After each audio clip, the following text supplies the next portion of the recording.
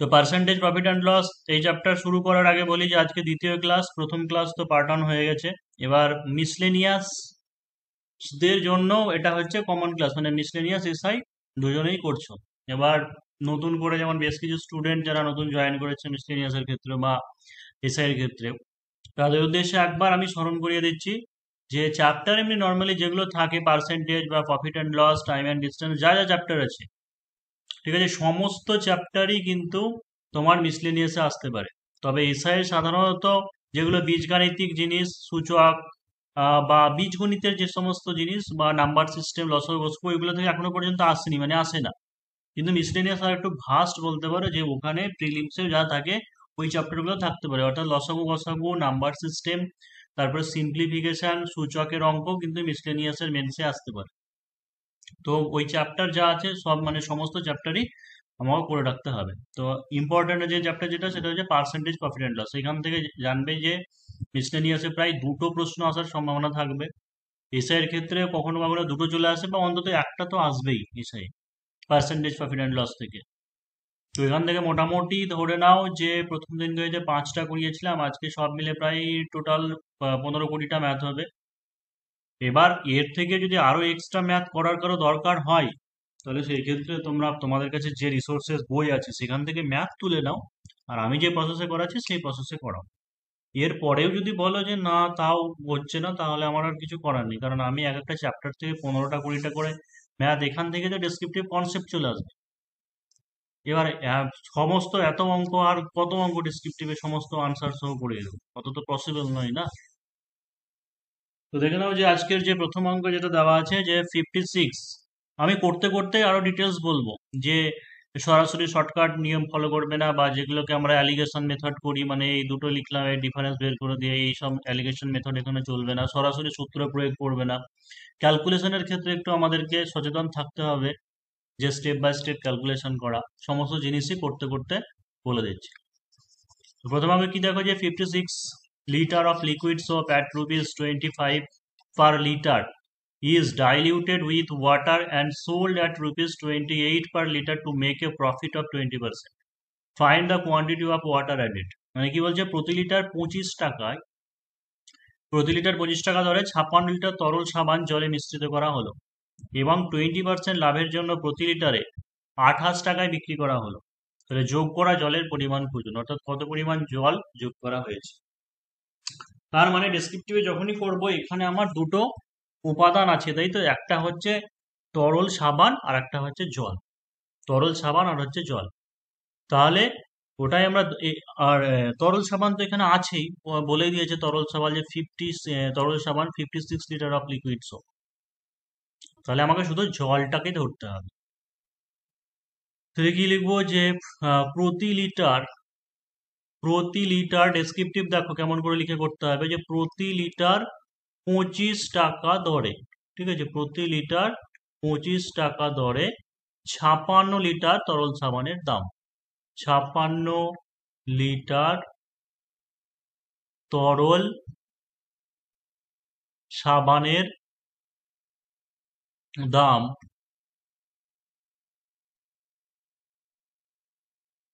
কত হচ্ছে, 56 গণিত হচ্ছে 25 টাকা, গুণ করে কত হচ্ছে দেখো, 1400 স্যার। 1400 টাকা হলো। তাহলে প্রতি লিটার 25 টাকা দরে, মানে 1 লিটারের দাম 25 টাকা, তাহলে 56 লিটারের দাম কত, 1400 টাকা হলো। এবং বলছে 20% লাভের জন্য প্রতি লিটারে 28 টাকায় বিক্রি করা হলো, তাহলে যোগ করা জলের পরিমাণ খুঁজে। তাহলে এটাই লিখবো যে ধরি জল যোগ করা হয়, ধরি জল যোগ করা হয় এক্স লিটার, জল যোগ করা হয় এক্স লিটার। তাহলে বর্তমানে আমার মোট কত মিশ্রণ হচ্ছে, তাহলে বর্তমানে মোট মিশ্রণ, ওইদিকে 56 ছিল তরল সাবান, এখন এক্স যোগ করলাম, মানে 56 প্লাস এক্স লিটার। এইটা কি হিসাবে বিক্রি করা যায়, 20% লাভের জন্য, এটা আমার এখন থাকে, জায়গাটা হচ্ছে 28 টাকা হিসেবে বিক্রি করছে, মানে প্রতি লিটার, মানে 1 লিটারের দাম 28 টাকা। তাহলে 56 প্লাস 1 লিটারের দাম কত, কি লিখবো যে প্রতি লিটার 28 টাকা দরে, প্রতি লিটার 28 টাকা দরে 56 প্লাস এক্স লিটার মিশ্রণের দাম লিখবো না, কি লিখবো, মিশ্রণের বিক্রয় মূল্য, কারণ এই টাকাটা এই দরে বিক্রি করা হয়েছে। তাহলে বিক্রয় মূল্য হচ্ছে 56 প্লাস এক্স ইন্টু 28 টাকা। এটাকে এখানে ক্যালকুলেশন করে নিতে পারো বা পরে করলেও হবে, অসুবিধা নেই, থাকলেও এখন করলাম না থাকলে। তাহলে এই জায়গাটাই আমাদের বোঝার আছে ডেসক্রিপটিভে। দেখো এখানে যে 1400 টাকাটা, এই 1400 টাকাটা কিন্তু হচ্ছে আমার দাম বা বলতে পারে ক্রয় মূল্য। ঠিক আছে, ক্রয় মূল্য। আমি জল যোগ করেছি, দিয়ে 28 টাকা করে বিক্রি করেছি, সেই জন্য 25% কি করছি, লাভ পাচ্ছি, 20% প্রফিট করতে পারছি। অর্থাৎ ঘুরিয়ে বলতে গেলে কি, এই 1400 টাকাটার দাম বা 1400 টাকাটা ক্রয় মূল্য, এর উপরে 20% লাভ দিয়ে বিক্রয় মূল্য যেটা হবে সেটা মানেই হচ্ছে আমার এই 56 প্লাস এক্স ইন্টু 28 যেটা হলো সেটাই, তাই তো। কারণ হচ্ছে 1400 টাকা ক্রয় মূল্য, এর উপর 20% লাভ যেটা হবে সেটাই বিক্রয় মূল্য। আর বিক্রয় মূল্য মানে বলছে যে প্রতি লিটার আমি 28 টাকা ধরে বিক্রি করছি, মানে মিশ্রণটাকে। তাহলে কি করব, যে 1400 টাকার উপর 20% লাভে বিক্রয় মূল্য 1400 গণিত 120 বাই হচ্ছে 100 টাকা। এটা একটু হ্যাঁ স্যার, 1680। 168 মানে 1680 টাকা। তাহলে কি বলতে পারবো, এই এই বিক্রয় মূল্য আর দুটোই তো বিক্রয় মূল্য, এটা বিক্রয় মূল্য, এটা বিক্রয় মূল্য। তাহলে শর্ত অনুযায়ী কি বলতে পারবো, শর্তানুসারে 56 plus x into 28 equal to 1680। দেখো এবার হচ্ছে যে রাফের যে ব্যাপারটা সেটা হচ্ছে আহ, এই ফাঁকা জায়গাতে মানে সাইডে রাফ বলে লিখে এখানে করে দিতে পারো, 448 মানে পাতা উল্টে উল্টে কোনো জায়গায় না গিয়ে স্যার ওই 448 28টাকে ভাগ করা যাবে না? হুম। ওই 28টাকে নিচে ভাগ করে যাবে না, 1680/28? হ্যাঁ তাও করতে পারো, অসুবিধা নেই। 56 প্লাস এক্স, ওইভাবেই সহজ হবে স্যার। হ্যাঁ ইকুয়াল টু, হ্যাঁ ঠিক বলেছো, 28 ভাগ করে দাও একদম। চার আসবে। তাহলে 56 প্লাস এক্স 648, 6 করে বারো মানে 60। তাহলে বা এক্স ইকুয়াল টু, দেখো কোনো কিছু এরকম নয় যে নিয়ম মানে এইটা গুণ করে এইভাবে যেতে হবে তা নয়, মানে স্টেপ জাম্প করবে না। আর একটা জিনিস হচ্ছে কখনো কখনো এরকম হয়ে যায় না, ধরো কেটে দিল কেউ, হয়তো 28 এমনি করে কেটে দিয়ে 60 লিখে দিল, ঠিক আছে, এই জিনিসটা করবে না। বা কখনো কখনো সমানের ধরো এমন কিছু জিনিস আছে x+5/12 ইকুয়াল টু x/4 এরকম আছে, তখন আমরা কি করি যে নিচে নিচে কাটে বলে 3×4=12 এরকম করে দিই, এই জিনিসটা করবে না, ওটাকে ক্রস মাল্টিপ্লাই করেই স্টেপ বাই স্টেপ দেখাবে, মানে এটা হচ্ছে ডেসক্রিপটিভ নিয়ম।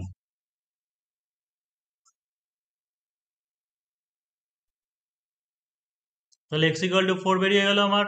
তাহলে কি হবে যে যোগ অতএব তরল সাবানে, তরল সাবানে 4 লিটার 4 লিটার জল যোগ করা হয়েছিল। ঠিক আছে, আনসার বেরিয়ে গেল, হয়ে গেল। স্যার বলছি যে মানে এক্সামের সময় রাফ করলে হবে তো, মানে যে কাটাকুটিগুলো এক্সামের সময় কি বললে করবে? রাফে করলে হবে তো, মানে যে গুণ ফুনগুলো করবো বা যে কাটাকুটিগুলো। হ্যাঁ, গুনটুন যেগুলো করবে পাশে সাইডে রাফ করে নেবে, ঠিক আছে, ডান দিকে। ওকে। সিতারা বেগম, দেখো next অঙ্ক করছে, সিতারা বেগম একটি ব্যাগ বিক্রি করে 10% ক্ষতি করেন। যদি ওই ব্যাগের ক্রয় মূল্য আরো 10 টাকা কম এবং বিক্রয় মূল্য 26 টাকা বেশি হতো, তবে সিতারা বেগমের 15% লাভ হতো। সিতারা বেগম ওই ব্যাগটি কত টাকায় কিনেছিলেন? ইংলিশটাও দেখুন যে Sitara Begum makes a loss of 10% by selling a bag, মানে একটা ব্যক্তি ব্যাগ বিক্রি করে সে 10% ক্ষতি স্বীকার করে। If the purchase price of that bag was 10 rupees less, যদি ব্যাগটির ক্রয় মূল্য 10 টাকা কম হতো, and the selling price was 26 rupees more, এবং বিক্রয় মূল্য যদি 26 টাকা বেশি হতো, then Sitara Begum would have gained, তাহলে সে আরো 15% বেশি লাভ করতো। How much money did Sitara Begum buy that bag, অর্থাৎ সে কত টাকায় কিনেছে। তাহলে দেখো যে এখানে কি করব, সেই ব্যাগটির, এবার অনেকে বলবে দাদা 100 ধরে বললে হবে কিনা। ঠিক আছে, ডেসক্রিপটিভে 100 ধরে না করাই ভালো, তুমি এক্স ধরেই করো। তাহলে ধরি সিতারা বেগম, সিতারা বেগম ব্যাগটি কিনেছিলেন, ব্যাগটি কিনেছিলেন এক্স টাকায়। দেখো যা, আর এসআইয়ে যাওয়া হবে হবে, মিসলেনিয়াসে কিন্তু ম্যাথে আরো বেশি ইয়ে দেখে, মানে আরো বেশি তোমার পড়াকুড়ি করে। তো সিতারা বেগম ধরি হচ্ছে এক্স টাকায় কিনেছিলেন। এবার কি বলছে, যে ব্যাগ বিক্রি করে তার 10% ক্ষতি হয়, তাহলে কি করব, যে 10% ক্ষতি হলে বা 10% ক্ষতিতে, 10% ক্ষতিতে বিক্রয় মূল্য কত হচ্ছে, এক্স ইন্টু 90/100 টাকা, মানে হচ্ছে 9x/10 টাকা। একটা করে স্টেপ, একটা করে লাইন পড়বো, একটা করে বাক্য পড়বো, আর একটা করে লাইন পড়বো। তার মানে এক্স টাকা ক্রয় মূল্য ধরলাম, যদি 10% যদি ক্ষতি হয়, তাহলে 10% বিক্রয় মূল্য কত হবে, 9x/10। এবার বলছে if the purchase price of that bag was 10 rupees less, যদি পারচেস প্রাইস মানে ক্রয় মূল্য 10 টাকা কম, তাহলে এক্স টাকা আমি ধরেছি, তাহলে কি হবে, যে ক্রয় মূল্য 10 টাকা কম হলে হতো x-10 টাকা, এবং বিক্রয় মূল্য 26 টাকা বেশি হতো, এই জায়গাটাকে আমি স্কিপ করছি। ঠিক আছে, দিয়ে বলছি তাহলে সিতারা বেগমের 15% লাভ হতো। তাহলে এই 15% লাভটা কোন টাকাটার উপরে হবে, এই 15% লাভটা কোন টাকাটার উপরে হবে, এক্স মাইনাস টেন এক্স টাকা মাইনাস 10 টাকার উপর, মানে ক্রয় মূল্যের উপরে, কারণ এখন ক্রয় মূল্যের চেঞ্জ হয়ে গেল, এখন বলছে যদি 10 টাকা কম হয়, তাহলে এটাই লিখবো যে x-10 টাকার উপর 15%, 15% লাভে বিক্রয় মূল্য x-10 ইন্টু 115/100। এটা দেখো যে 5 দিয়ে কেটে দিলাম, মানে হচ্ছে x-10 ইন্টু 23/20। এটাকে গুণ করে রেখে দিই, 23x বিয়োগ 230/20। দেখো, তাহলে এবার দেখো যে কি হলো আমার, আহ অঙ্কটা আর একবার দেখে নিই, যে সিতারা বেগম একটি ব্যাগ বিক্রি করে 10% ক্ষতি স্বীকার করে, দিয়ে বিক্রয় মূল্য হয়েছে কত, 9x/10। এবার বলছে যদি ওই ব্যাগের ক্রয় মূল্য আরো 10 টাকা কম হতো এবং বিক্রয় মূল্য 26 টাকা বেশি হতো, তাহলে সিতারা বেগমের 15% লাভ হতো। তার মানে এই যে 9x/10 একটা বিক্রয় মূল্য বেরিয়েছে, আর একটা যে 15% লাভে যে বিক্রয় মূল্য এখন হলো, এই দুটো ডিফারেন্স কত হবে, এই দুটো ডিফারেন্স মানেই হবে 26 টাকা। তাহলে শর্ত অনুযায়ী এই বিক্রয় মূল্য পরের বিক্রয় মূল্যটা বেশি, মানে এটা থেকে মাইনাস হবে, যে 23x বিয়োগ 230/20, আবার যে 9x/10, এটা ইকুয়াল টু হচ্ছে 26। 20 লসাগু, 23x বিয়োগ 230 বিয়োগ 18x,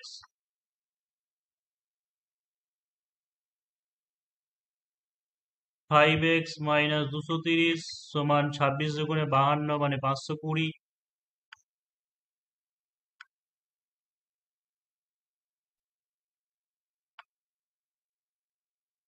750।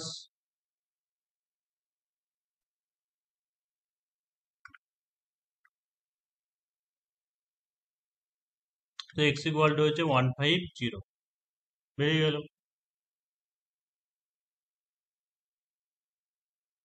তাহলে অতএব ব্যাগটির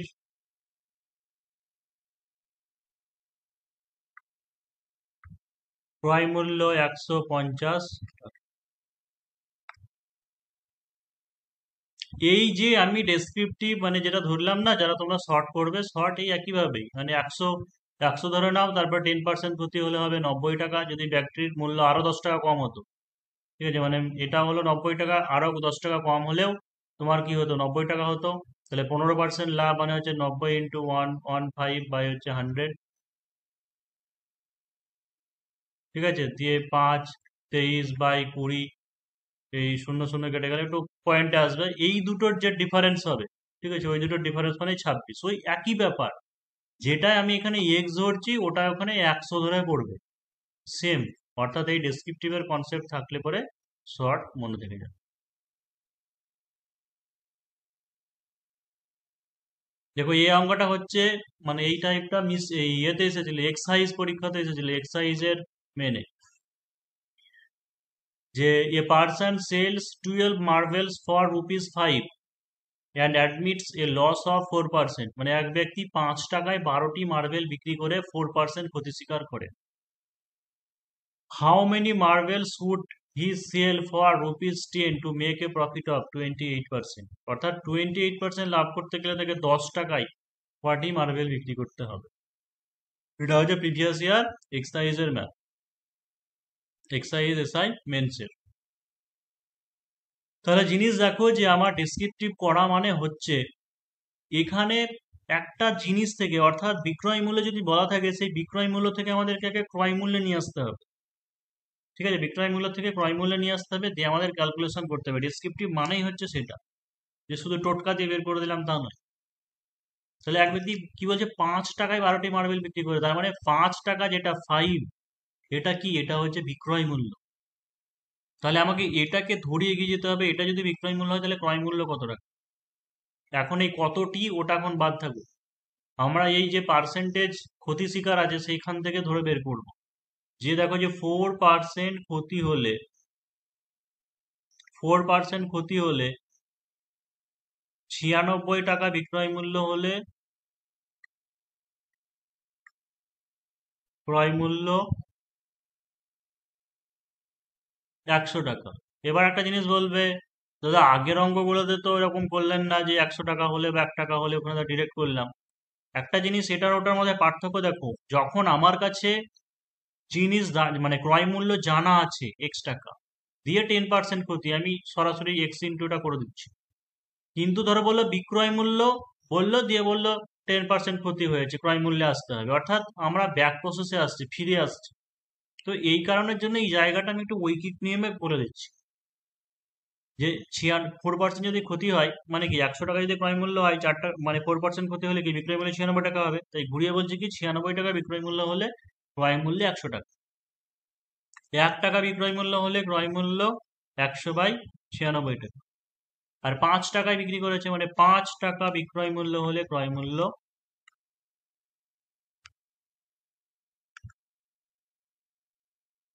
দেখো কত 96, মানে 4 দিয়ে যদি কাটো 4 25 100, 4 24 হবে, কিন্তু ওটা কেটে দেবে না ডিজিট গুলোকে, মানে 125 বাই হচ্ছে 24 টাকা। তাহলে 125/24 টাকা, এটা আমাদের ক্রয় মূল্য বেরিয়ে গেল, কিন্তু ক্রয় মূল্য বেরিয়ে গেল। এবার বলছে 28% লাভ করতে গেলে তাকে 10 টাকায় কটি মার্বেল বিক্রি করতে হবে। এখন 12টি কি কটা কি এখন বাদ, তাহলে 28% তুমি যদি প্রফিট করতে চাও, তাহলে এই যে ক্রয় মূল্যটা বের হলো, তাহলে বিক্রয় মূল্য কত হবে। তো কি করবো, যে 28% লাভ করতে হলে 100 টাকা ক্রয় মূল্য হলে,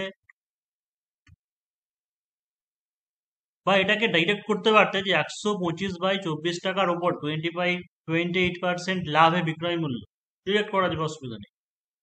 যে 100 টাকা ক্রয় মূল্য হলে বিক্রয় মূল্য 128 টাকা, 1 টাকা ক্রয় মূল্য হলে বিক্রয় মূল্য 128/100 টাকা, আর 125/24 24 টাকা ক্রয় মূল্য হলে বিক্রয় মূল্য।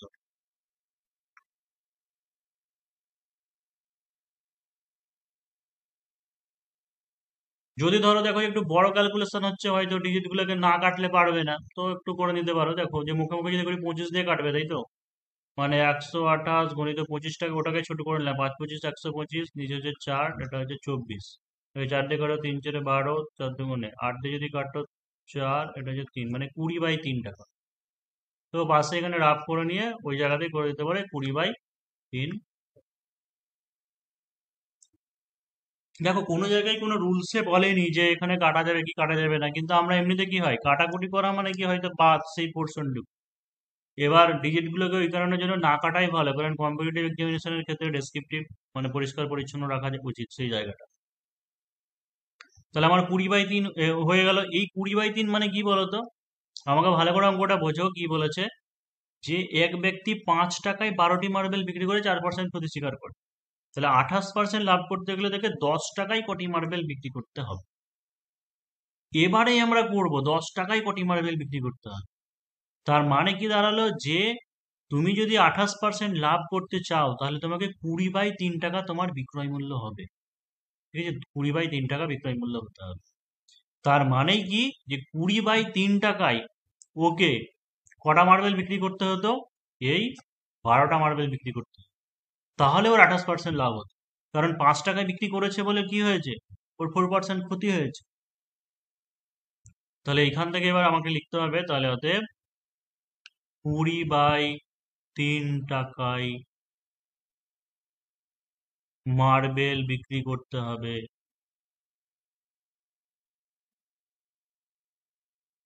12টি। 1 টাকায় মার্বেল বিক্রি করতে হবে 12 গুণে। দেখো 1 টাকাই বলছে, 1 টাকা মানে কি, 1 টাকায় কম হবে, তাই উল্টে যাবে, অর্থাৎ 3/20 হবে। আর 10 টাকায় মার্বেল বিক্রি করতে,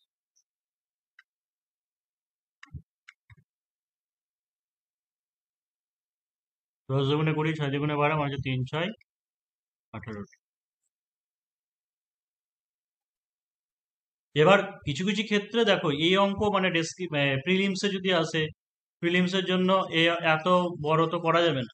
এই ক্ষেত্রে আমি একটা শর্টকাট রুলস বলে দিচ্ছি, সেটা হচ্ছে একদিকে করবে বিক্রয় মূল্য, আর একটা হচ্ছে দ্রব্য। এবার দেখো এখানে 5 টাকা হিসেবে আছে, যে 5 টাকায় 12টা, কিন্তু আমাকে আনসার যখন চেয়েছে তখন বলছে 10 টাকায় কটা। তাহলে তুমি এটাকে ডবল করে নাও, মানে 10 টাকায় কটা হবে, 12 12 হচ্ছে 24। তাহলে যখন তোমার 4% ক্ষতি হচ্ছে, অর্থাৎ বিক্রয় মূল্য কত হবে 96, তখন দ্রব্য কটা হচ্ছে 24। এবার 28% প্রফিট করতে হবে তোমাকে, মানে বিক্রয় মূল্য কত হবে 128, দ্রব্য কটা। তাহলে এই যে বিক্রয় মূল্য আর দ্রব্য, এদের মধ্যে সম্পর্ক যেটা, সেটা কি, সেটা হবে ব্যস্ত সম্পর্ক। মানে তুমি যদি বেশি প্রফিট করতে চাও, তাহলে দ্রব্য তোমাকে পরিমাণে কম দিতে হবে। তাহলে কম দিলে পরে কমকে উপরে দাও, বা ব্যস্ত সম্পর্ক হলে উপরেরটা উপরেই থাকে, মানে হচ্ছে 96/1, 28 ইন্টু হচ্ছে 24। 8 দিয়ে 3 8 24, 8 একে 8, 4 6 8 48, 6 ছিল 96, মানে হচ্ছে 18।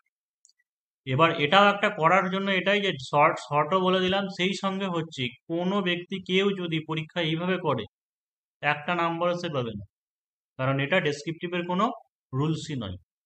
ঠিক আছে, ডেসক্রিপটিভের কোনো রুলসই নয়, কেউ হয়তো এইভাবে পড়লো ম্যাথটাকে, তাহলে 1 নাম্বারও সে পাবে না।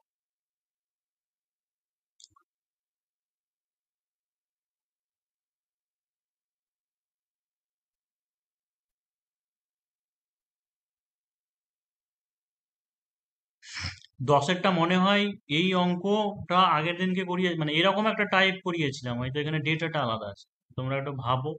ঠিক আছে, হ্যাঁ স্যার।